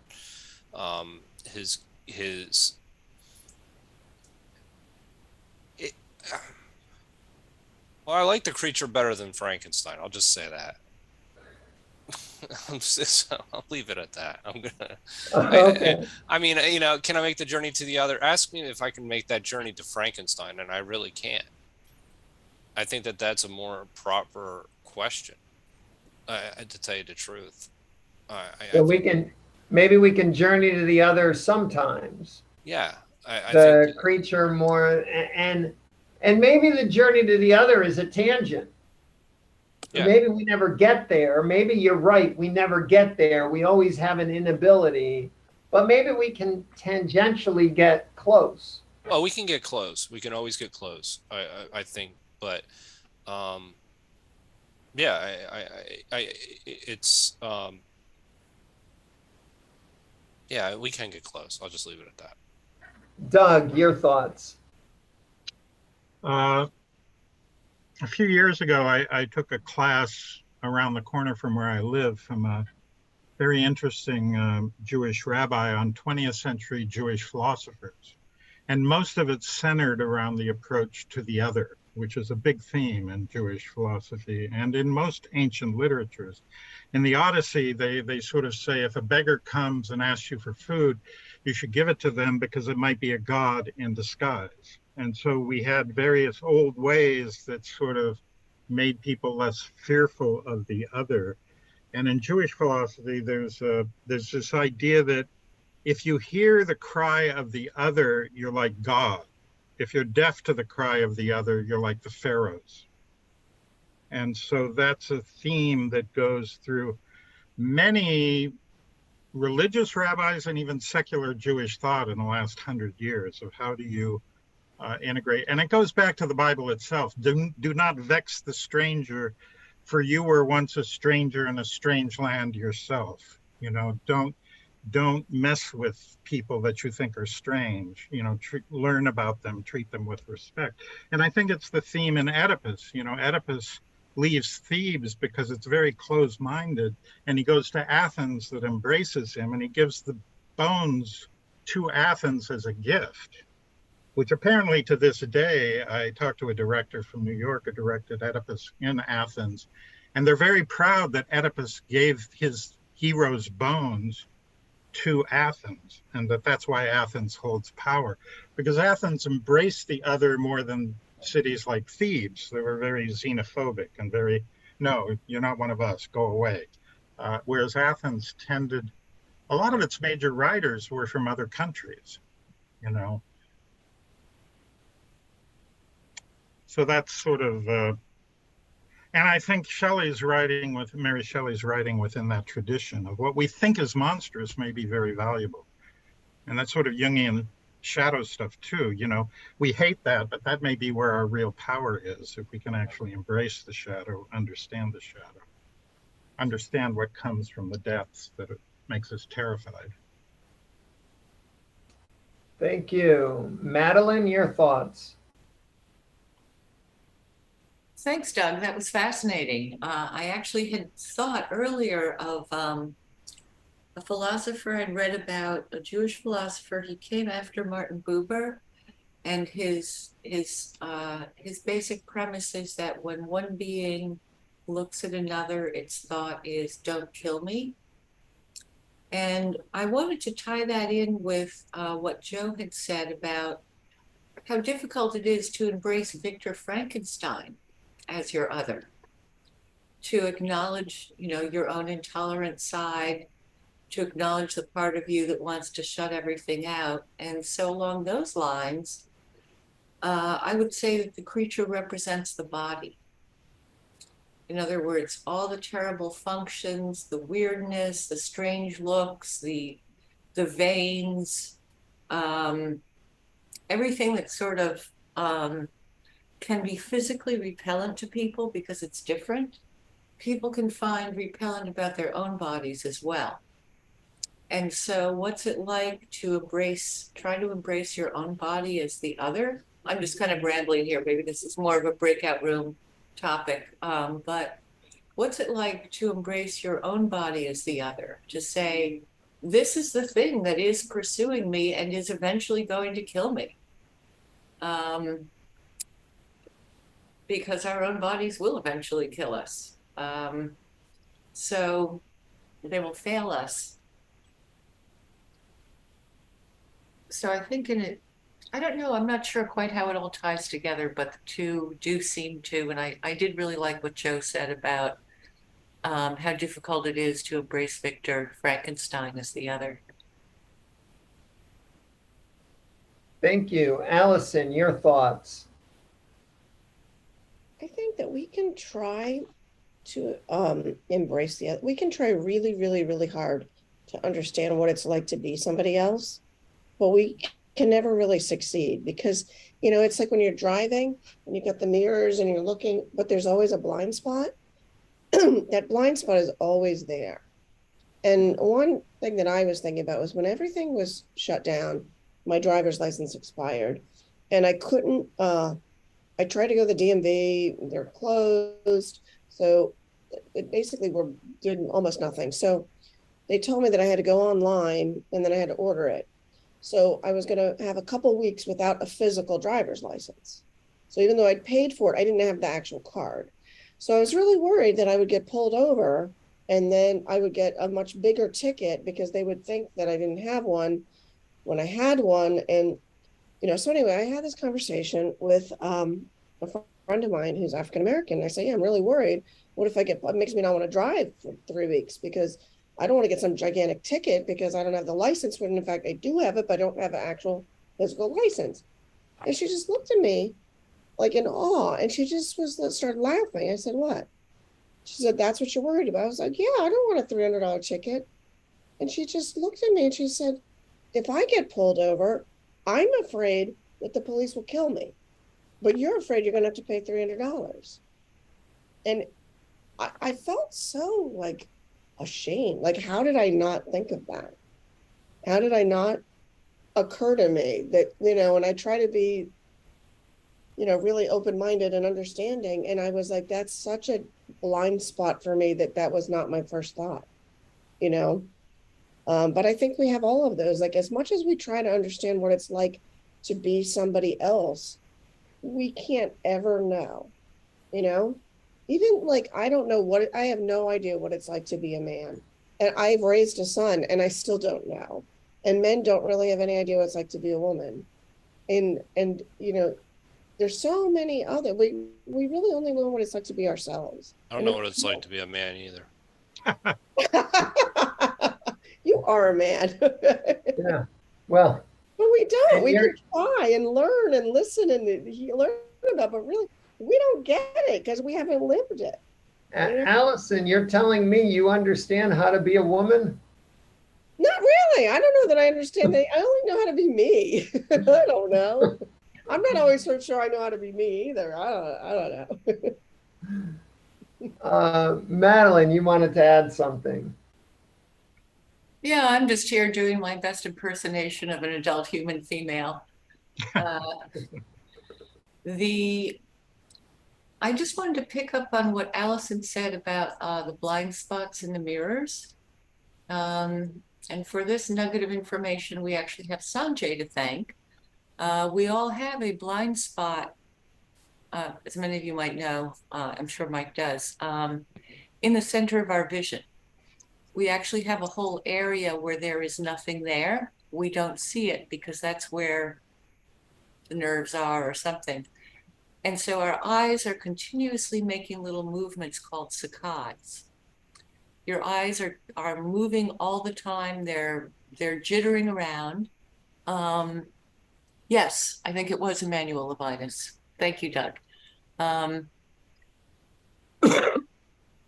jittering around, and our brains actually stitch together the world based on these little movements, and our brains actually fill in the blind spot for us, for things that are there, but that we are actually not directly perceiving at that moment. And there's a bit of a lag as well. So anyway, I just thought I would throw that in there because it's really cool, and it says something about how human beings operate as well. You know, that we do kind of mentally as well stitch together the world.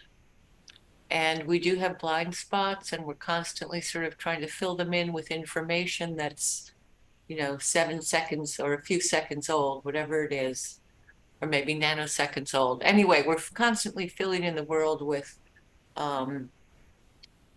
that information that we just got, trying to compensate for our blind spots. Okay, we're running out of time, but I want to try to quickly get to a couple questions to round out our discussions so that we look at other angles, themes, and aspects. Doug's question was, what is the role of the travelogue at the end of the novel? Now, there are several travelogues at the end of the novel. One is, well, it was more last time, the travel to Scotland and the Orkney Islands. Then we have the travel from the Orkney Islands to Ireland and the travel from Ireland back to Geneva. And then we have the travelogue at the end to the Arctic with the revenge travelogue. Does anyone want to briefly comment on aspects of the role of the travelogue here at the end of the novel? Anyone? Put an exclam in chat, raise your hand, just jump in. There are only 7 of us.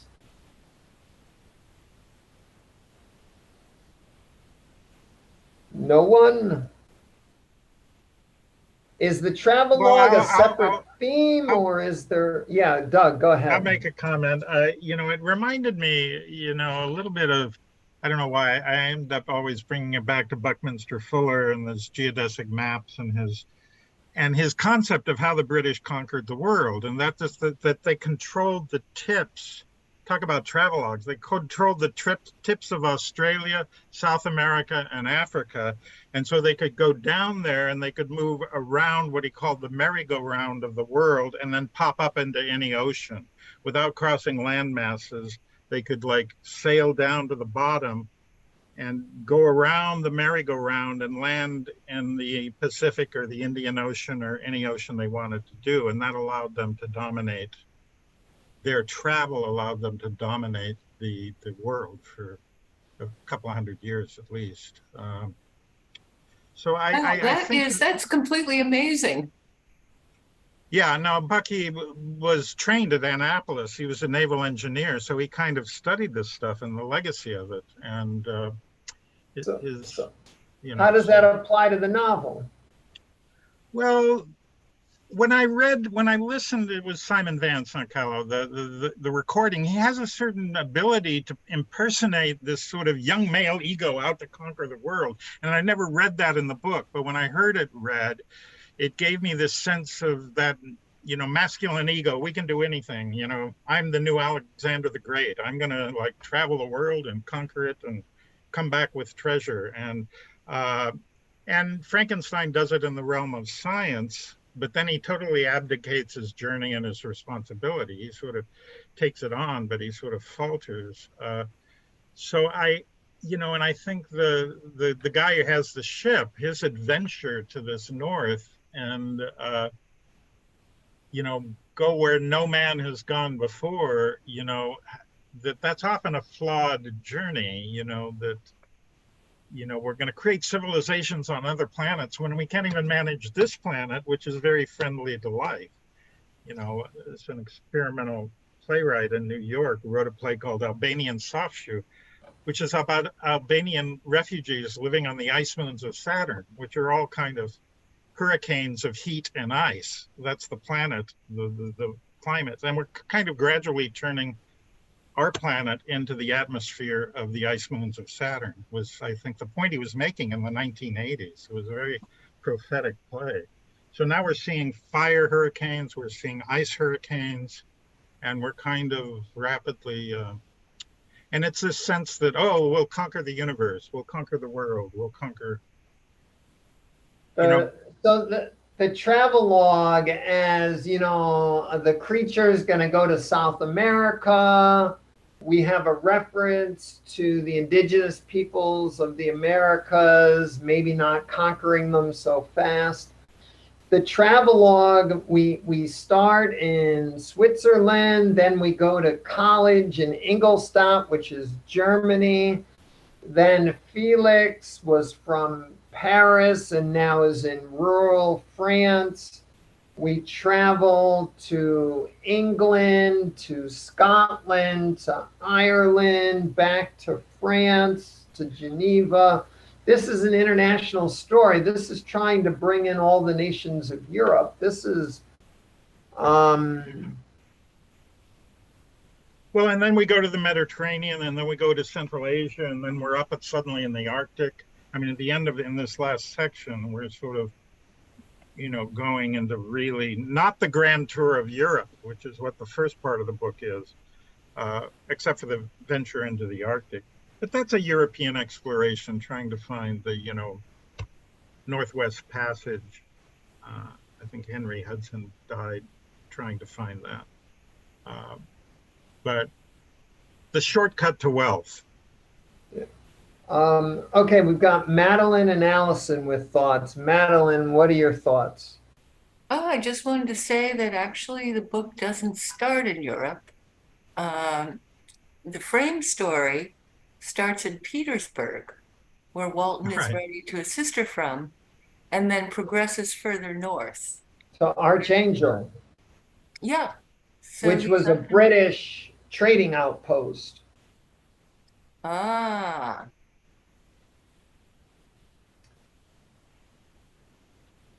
Allison, your thoughts?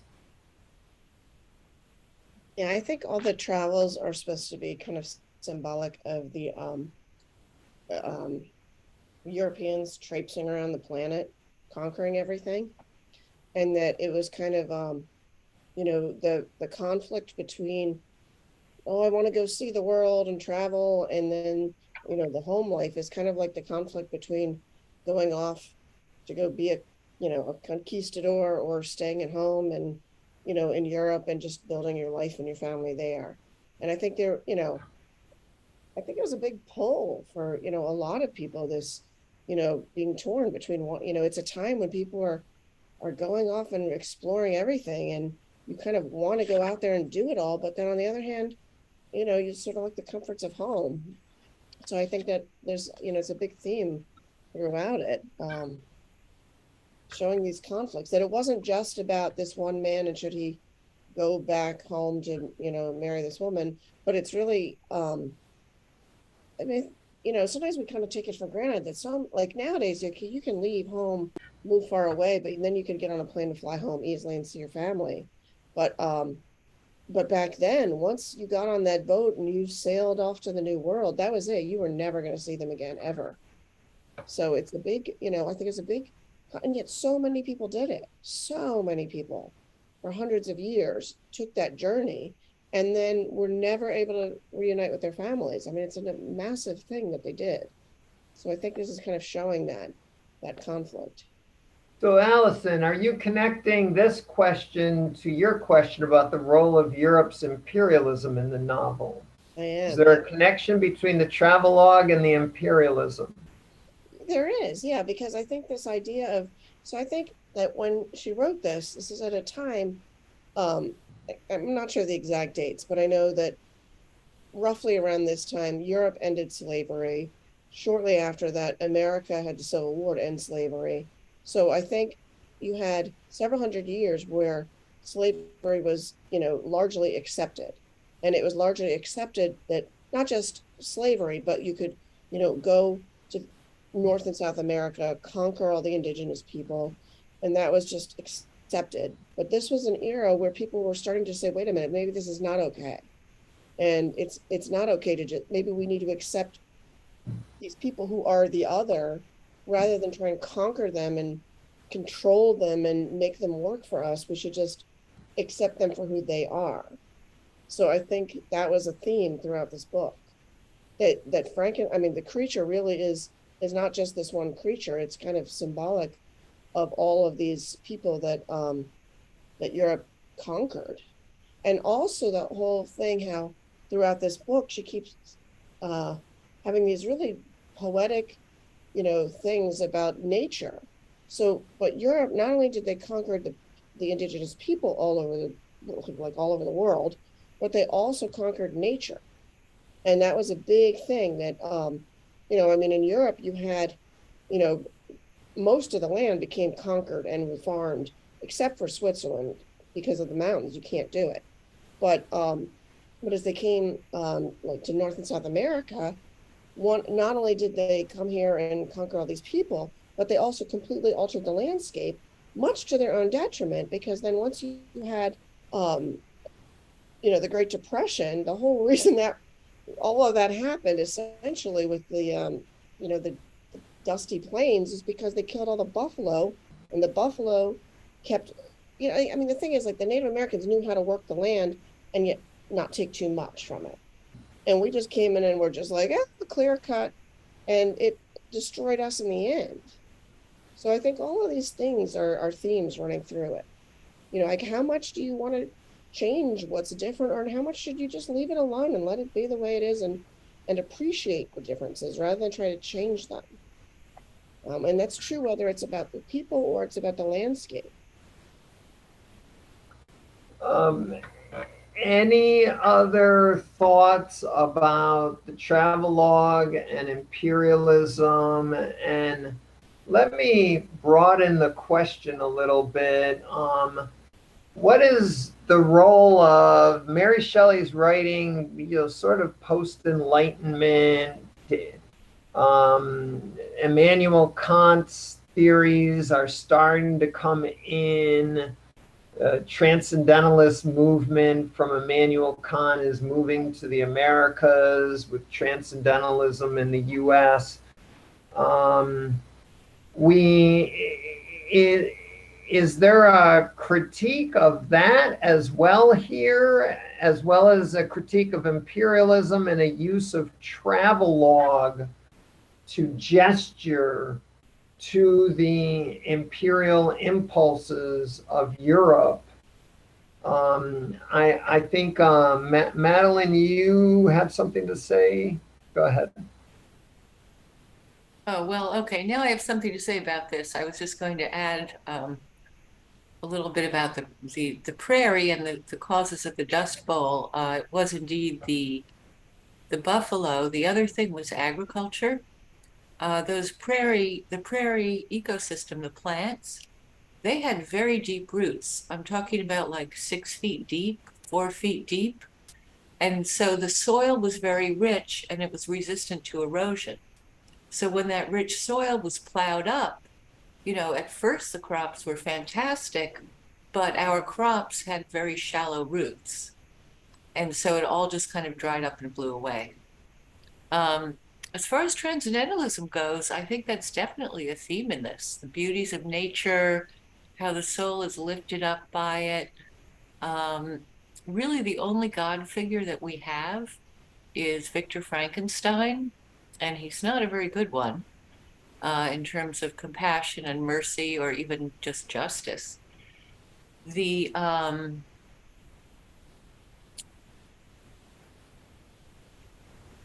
I know that the printer, the publisher basically, who Mary Shelley's parents used and a lot of their friends and her colleagues used, was imprisoned because he published the writings of a Unitarian.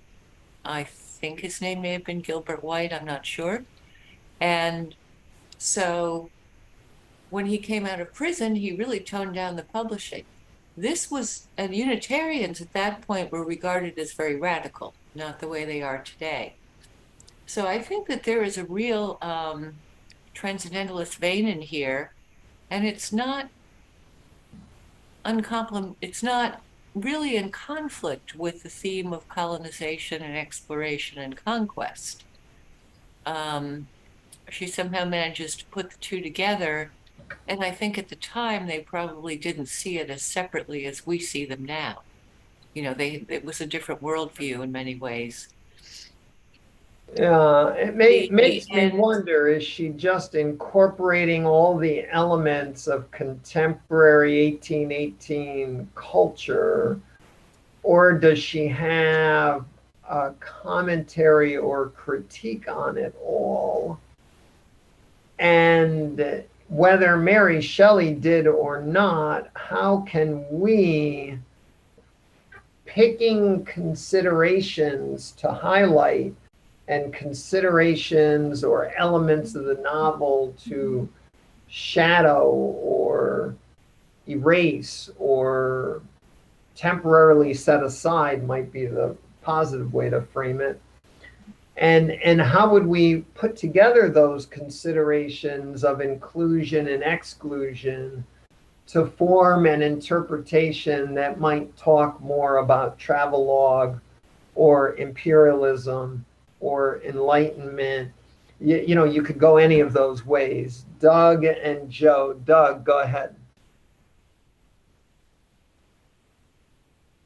Well, the one thing I wanted to mention, which is I think the first piece of work that deals with colonialism in its European form, well, not the first, but an important one, is Shakespeare's Tempest, where Prospero masters the forces of the universe to lead his brother into a shipwreck onto the island he now controls, that he's taken over from Caliban and enslaved Ariel. And by the end of it, he breaks his magic wand and he releases those people as well. I can't remember the fate of Caliban exactly, but definitely Ariel he lets loose. And it's a remarkable play about, and Caliban's often talked about wanting to retrieve his kingdom that was stolen from his mother, and that he's of this sort of, he's considered a beast and a monster, but he was a king or a prince, and his mother was the queen of that particular island. So there seems to be that somehow with the forces of nature seems to be somehow an influence, I think, on Mary Shelley, the way storms and waves and forces of nature take people into these weird coincidental conjunctions, Clerval and his death and Frankenstein landing there. There's something at work there. So how you master the forces of nature to control the world, and it's a revenge play actually, Tempest, but he actually forgives at the end and breaks his power. the source of his power. He breaks his wand and gives it up. So that's a really interesting alternative structure written hundreds of years ago that we still haven't learned the lesson of the Tempest. Joe, your thoughts? Just really quickly, I think the nature theme is actually an important one. This idea that, that again, the closest thing that we have to God in this, as Madeline had already stated, in this book is that that is Victor Frankenstein, and this idea that he's going to conquer nature and kind of create his own being in the process, I think is Mary Shelley shows us that ultimately that nature is going to win out, that it's not necessarily something that should be conquered, that it should be lived through, not necessarily dominated. Yeah, I mean, it's kind of it's a misguided use of science overall as well. So, which, I guess was going on at that particular moment in time. Not as much as it was in later in the following 100 years, but anyway, just a thought. In the travelogue at the end, there's all this imprecations to the spirits that are helping Victor chase down the creature. They're, I can't find them. I guess I didn't highlight that part, but there's, I'm wondering the role of the spiritual forces that are invoked in that travelogue. Madeline, do you have any thoughts? Yeah, I'm still back on organized religion a bit, not the spirits of nature. I think we could look at all the places in the book where people of that time would naturally have turned to the Christian religion. There would have been a ship's chaplain or some sort of regular prayers on Walton's ship. There would have been something. He would have had a Sunday service, even for an hour as the captain that he ran. When Victor went up to Ingolstadt, when he was so tortured by conscience and everything, he would have probably gone and talked to a minister or a priest. Certainly, his only confession is to a secular judge. His confession is not to a priest or to a person who's holy in any way. He's a civil functionary. And so the only place where religion really appears is with Justine. And there, the priest is very oppressive. He tells her he'll excommunicate her and she'll go to hell if she doesn't confess to a crime she didn't even commit. So that's why she confesses. What would have been a natural high point of the novel would have been the big wedding scene between Victor and Elizabeth. But instead, we're led up to the wedding, and then it's like, and then we drove away in the carriage. There's no minister, there's no church, there's no festive town people. It's not like Downton Abbey where everyone's cheering and raving because Lady Mary got married. So all the points at which it would naturally have been included, it got left out. And I do think that she did that on purpose. We have Prometheus in the subtitle. That's a reference to a god. He was actually, I think, not a god, maybe a half god. I mean, we always think of him as having brought back fire, but indeed he was supposed to present an offering to Zeus, and he tricked him. He gave him 2 offerings, one of which, I think I talked about this in an earlier session, but it is quite a bit like the creature, one of which looked delicious on the outside, but contained only bones, and the other looked terrible on the outside, but was full of delicious, wonderful meat. And so those 2 things are really like like Victor and his creature. And Zeus was enraged by this attempt at deception. And I think that's how Prometheus got into so much trouble, was that he then had to go and steal the fire when it would have been a gift. Sir, my notes say that Prometheus is the Titan god of fire, best known for defying the gods by stealing fire from them and giving it to humanity in the form of technology, knowledge, and generally civilization. Yeah, that's only part of his story, though. It leaves out the part where he was deceptive, and the reason that he had to go and steal the fire was because basically he'd been a bit of an ass towards Zeus. And so he got in big trouble. And so maybe she is referring not just to the fire, not just to the lightning, to the bringing forth of life, to the blasted tree, to all of that, but also to the deception about the creation of a fit and proper offering for the gods, for the supreme being. And how, I guess, in a way, we, or the world as they saw the creature, failed to appreciate what was the good offering and what was the bad offering. In other words, Victor looked like the good offering, but in fact, his shadow side was the good offering. I'm going to make a small correction. Victor tells his story twice. One of them is the magistrate that Madeline mentioned, and the other one starts in chapter 1 as he tells his tale to Walton, Robert Walton, the ship's captain. So he tells his story twice. And I found one passage where he talks about, when he starts off on this trip, and I call on you, spirits of the dead, and on you, wandering ministers of vengeance, to aid and conduct me in my work. Let the cursed and hellish monster drink deep of agony. So he's evoking the spirits of the dead and wandering ministers of vengeance.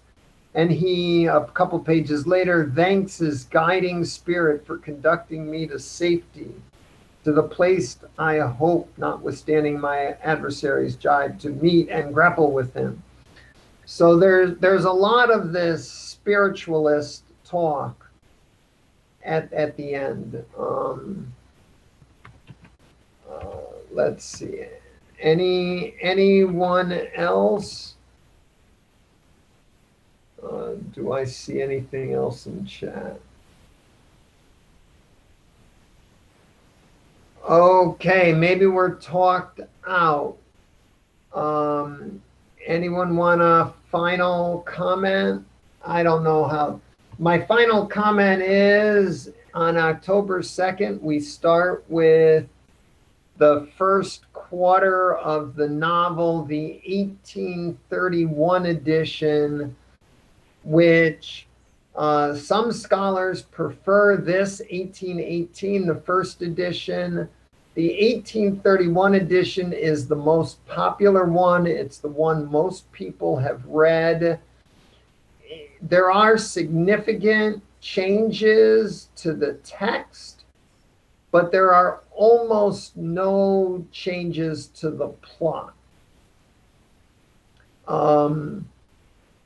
We won't be going in depth in the changes to the text. My main purpose in going through it twice is I think there are too many ideas to integrate in one pass, and I felt I needed 2 passes.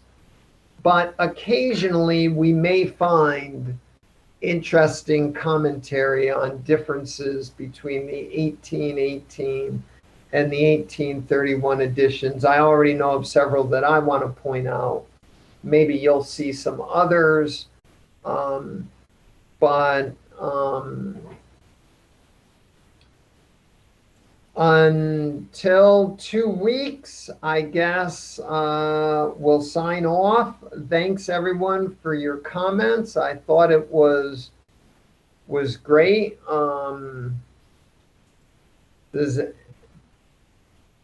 Should I leave it there, Joe, or is there anything else we should say? I just wanted to say thank you, CJ.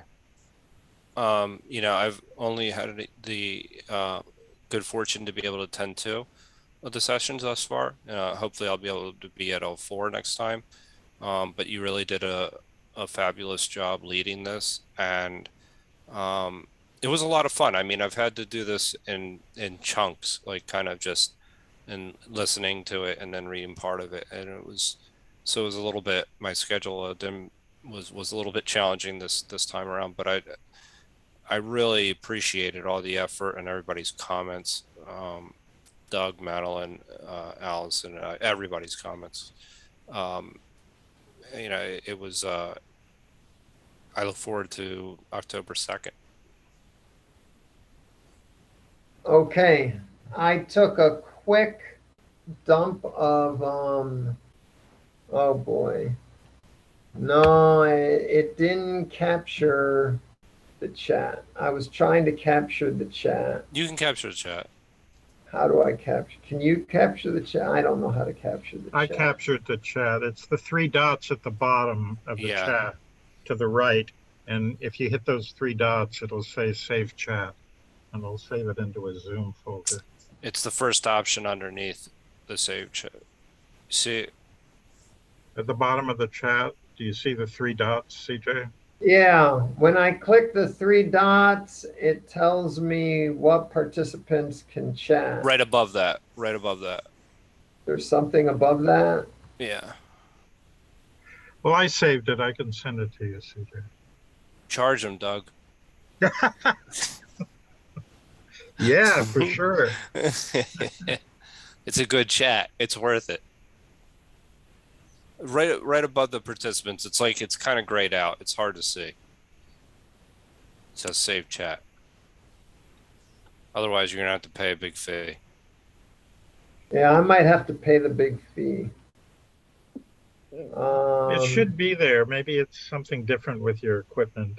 Yeah, it's a combination of I don't use the Zoom app, and so the web interface is a little different, and I'm co-host, so I have different features. Can see. I'm gonna miss on October 2nd. I'm gonna be actually in New York. Oh, so, well, I'll be there for the others after that one. You're gonna read the 1831 edition? Yeah, I will. I'll do the reading. I just have to miss that one meeting, but I should be there for the others. So. Okay. No, you don't see me. I'm not bailing entirely, just for the one day. That's we'll find a way to get along without you. I don't know how yet, but oh, you will. I just wanted to let you know. I'm busily copying some things from chat, and it's going very slowly. Otherwise, I would have ended the meeting already. Where does it save it all to? Your desktop, if you want, or anywhere. So you got it saved to a Zoom folder in my documents file on Windows, and there's a Zoom folder, and then it has all of it. Yeah. When Madeline and I were going back and forth about hormones, all that gets saved. Great. Well, I want it. It does not get published. It's just for my personal archive. Joe, did you say you captured it? Yeah, I'm sending it to you right now. Okay, I appreciate that. I'm gonna end the meeting. I appreciate everything. Thank you, Joe, for sending me the comments. See everyone except maybe Allison in 2 weeks, and hopefully we'll see Allison in 4. and enjoy reading the novel again. It is such a rich novel. I'm sure you will find new ways of considering things, some of which you missed the first time. Bye. Thank you, CJ. Thanks. Bye, everyone. Bye. Thank you all.